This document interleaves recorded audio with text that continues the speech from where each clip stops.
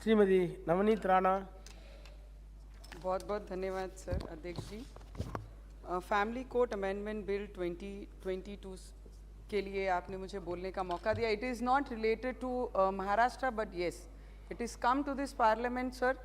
So we would like to speak on this कि जो भी फैमिली कोर्ट्स में होते हैं तो सबसे पहले हमें इस पर ज़रूर गौर करना चाहिए। जो फैमिली कोर्ट्स की बिल्डिंग होती है इसे सेपरेट करना बहुत ज़रूरी है। जब भी एक आधा फैमिली कोर्ट का विषय आता है कोर्ट में तो वहाँ पे छोटे छोटे बच्चे अगर उनके साथ आते हैं तो बाकी जो क्रिमिनल्स उस कोर्ट में आते हैं उन्हें देखकर एक अलग सी माइंडसेट बच्चों में निर्माण होता है और उससे बहुत ज़्यादा आने वाले समय में उन फैमिली में बहुत ज़्यादा प्रॉब्लम्स आने के संकेत हैं। तो इसलिए अगर फैमिली कोर्ट की बिल्डिंग अगर सेपरेट करते हैं प्रीमाइसेस, क्योंकि वहाँ बैठने के लिए वॉशरूम जाने के लिए जगह होती नहीं है, बच्चे अगर छोटे हैं, कोई 1 साल का लेके आता है, कोई गोद में लेके आता है, कोई साथ में 3 साल 4 साल का बच्चा है, तो उसके लिए वो सब सुविधाएं होनी वहाँ पर बहुत ज़रूरी है। और ये फैमिली कोर्ट है, अगर क्रिमिनल को बच्चा देखता है या फैमिली के सामने आता है तो बहुत सारी इशू होते हैं। अभी हमारे एक सीनियर लीडर ने कहा कि यहाँ पर ये पार्टी थी करके ये आज देश में इतनी जो डाइवोर्स के केसेस हमारे देश में आ रहे, किसी के भी जिंदगी में किसी भी परिवार में ऐसा पीड़ित विषय होना नहीं चाहिए, क्योंकि हमारी संस्कृति इस देश की कुछ और सिखाती है।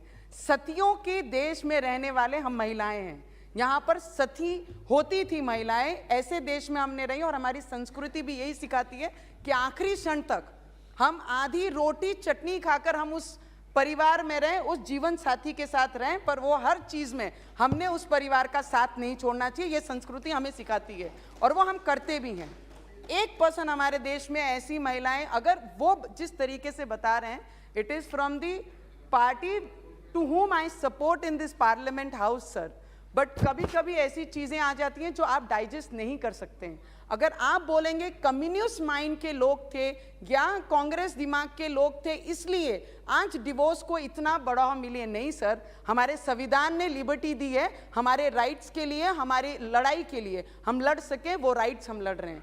पर उसके साथ साथ में सर एक रिक्वेस्ट मैं मंत्री महोदय को ज़रूर करना चाहूँगी सर। काउंसलिंग जो सेंटर्स बनाए हैं हर डिस्ट्रिक्ट में कोर्ट में जाने से पहला, उसमें जो पीड़ा महिलाओं को होती है, कोई माने नहीं माने सर, हम बोलते हैं हम बोलने के लिए बहुत स्ट्रांग है, हम लड़ सकते हैं, हम अपनी मजबूती से लड़ भी रहे हैं, पर अगर आप बात करें जब डिवोर्स की बात आती है, कोर्ट में जाने की बात आती है, जब परिवार साथ छोड़ देता है, अपना खुद की माँ, पेरेंट्स, अपने भाई, अपना परिवार आपकी साथ छोड़ देता है, जब कोर्ट में लड़ने की बात आती है, उस समय सच्ची पीड़ा उस महिला को पता लगती है कि कोर्ट में मैं किस तरीके से जाऊंगी, जिसने कोर्ट का नाम सपने में भी नहीं सुना, जिसने काउंसलिंग सेंटर का नाम नहीं सुना। तो ऐसी महिलाओं के लिए जब काउंसलिंग में जाती हैं तो बहुत सारी एनजीओस काम कर रही हैं।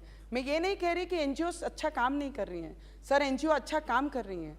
अगर उसकी जगह पे कोई एक्सपर्ट्स, एडवोकेट जो एक्सपीरियंस है वो अगर काउंसलिंग करेंगे तो मुझे लगता है जो समय 10-10 साल का कोर्ट में लगता है सर, अगर किसी की भी शादी टूटती है, डिवोर्स होता है उस एज में, 30 एज में, और 10 साल अगर उसको कोर्ट में लगते हैं, आधी जिंदगी उसकी निकल जाती है सर। उसका रीमैरिज करना, उसका दूसरा संसार बिछाना बहुत मुश्किल होता है।